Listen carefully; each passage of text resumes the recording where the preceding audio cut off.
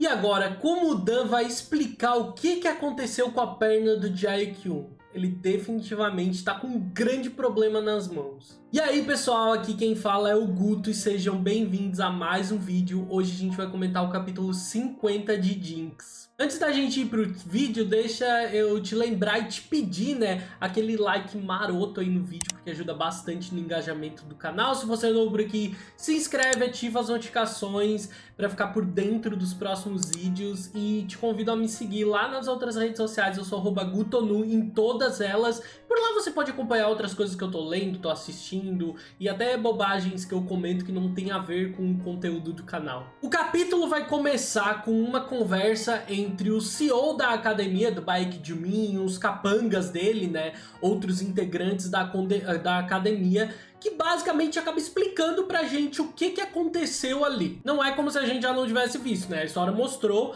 mas basicamente vai ficar tudo bem claro como eles planejaram aquilo. Eles basicamente trocaram o spray pra dor que o Dan ia usar, né? E acabou usando no Jae-kyun por um tipo de spray que causaria uma queimadura instantânea e muita dor no local, óbvio, né? Que foi o que a gente viu acontecer no último capítulo, no capítulo 49. O homem ainda explica que é basicamente a última saída deles, afinal de contas, a tentativa de enfraquecer o relacionamento do Jae-kyun com o fisioterapeuta, enviando a foto do encontro deles pro Jae-kyun, não funcionou.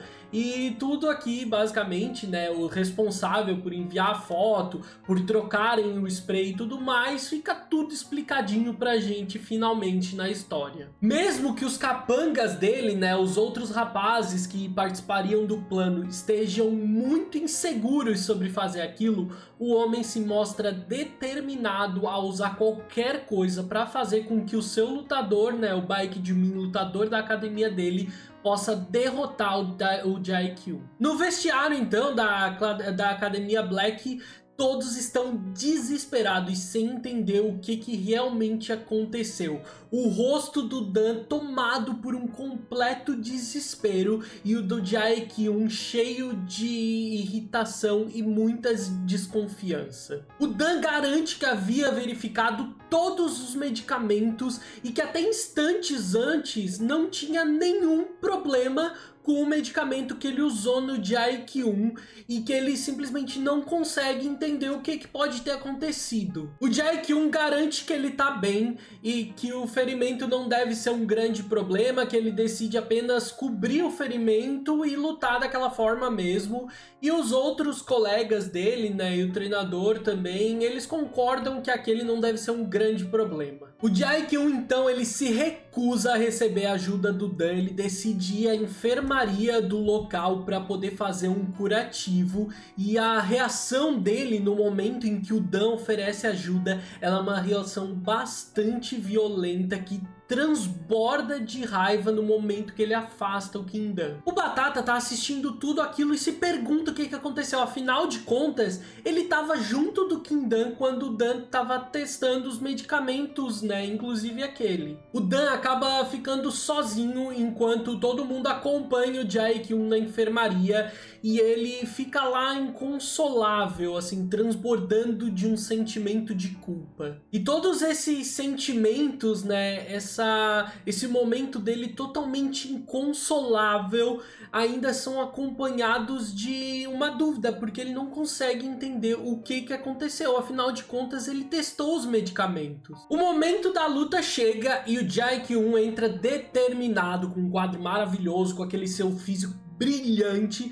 E claro, logo os comentaristas percebem a situação do pé dele e acabam mencionando aquilo. Na primeira parte da luta, o Baek Jimin não faz cerimônia nenhuma e ele simplesmente ataca constantemente o pé machucado do Jae-kyun, e por mais que aquilo seja um golpe completamente covarde, que seja um golpe baixo, não existe nenhuma regra que impeça aquilo. Quando o Jae-kyun encontra uma oportunidade, ele consegue escapar do ataque do Baek Jimin e revida cheio de de raiva pra cima do adversário. O Jae-kyun tá transbordando em raiva. Ele já não tem um histórico bom com o Jung-min, e aí agora, por ver o lutador, o adversário, agir de maneira tão escrota, tão baixa, né, atacando o pé machucado dele, aquilo deixa ele ainda mais irritado, e esse ódio que ele já nutre pelo Jung-min acaba ficando ainda mais inflado. O juiz acaba encerrando o round antes mesmo que o Jae-kyun possa nocautear o Jung-min,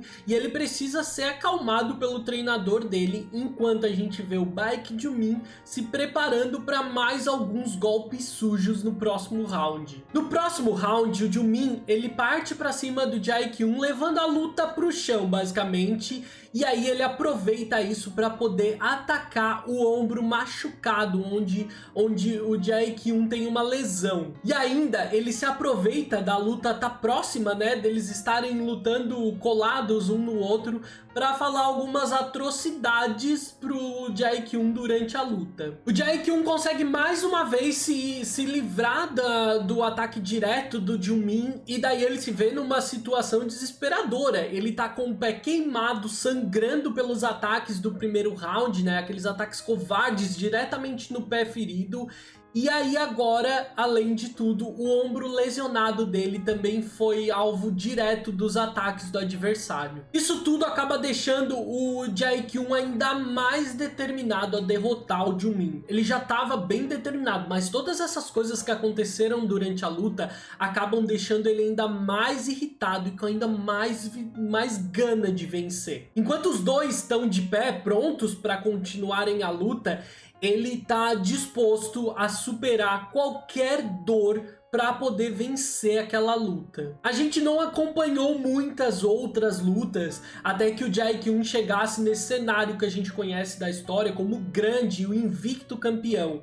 Mas, olha, se fosse para eu chutar, eu teria certeza que nunca houve nenhuma luta em que ele estivesse tão determinado a ganhar. Esse quadro observando o Jae-kyun, ele é, na minha humilde opinião, um dos mais bonitos que a autora já desenhou. Ele transmite toda a determinação do Jae-kyun, que não é só movida pela vontade de vencer, mas que agora também tá inflada por toda a raiva que o Jae-kyun sente pelo Jung-min e que só aumentou durante essa luta depois de todas essas atitudes covardes do adversário. O Dan finalmente chega para assistir a luta, ainda muito abatido e agora completamente desesperado e inseguro, assistindo o Jae-kyun naquela situação em cima do ringue. Então, depois de um quadro cheio de determinação do Jae-kyun, né, mostrando pra gente a vontade dele de vencer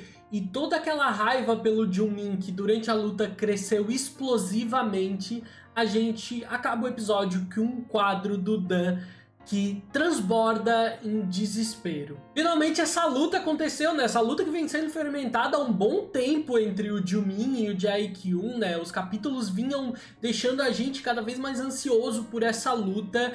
E o resultado ele se torna muito imprevisível, porque são muitas situações desesperadoras e inesperadas acontecendo ao longo da luta. E o fato do Jung-min agir de maneira extremamente covarde, com muitos golpes baixos, acabam deixando a gente nessa situação apreensiva. Mas nada me deixa mais inseguro e preocupado do que a situação do Dan nisso tudo. O Dan sempre foi completamente dedicado ao bem-estar do Jae-kyun, e nessa situação, depois da foto, pelo spray ter machucado ele e tudo mais, acabam colocando em xeque toda essa lealdade que ele teve durante todo esse tempo pelo lutador. E assim, o Dan não precisa de mais coisa pra sofrer na vida, não precisava de mais uma situação como essa. Eu acho que o Jae-kyun perder uma luta era bem bom pra ele baixar bem a bola dele.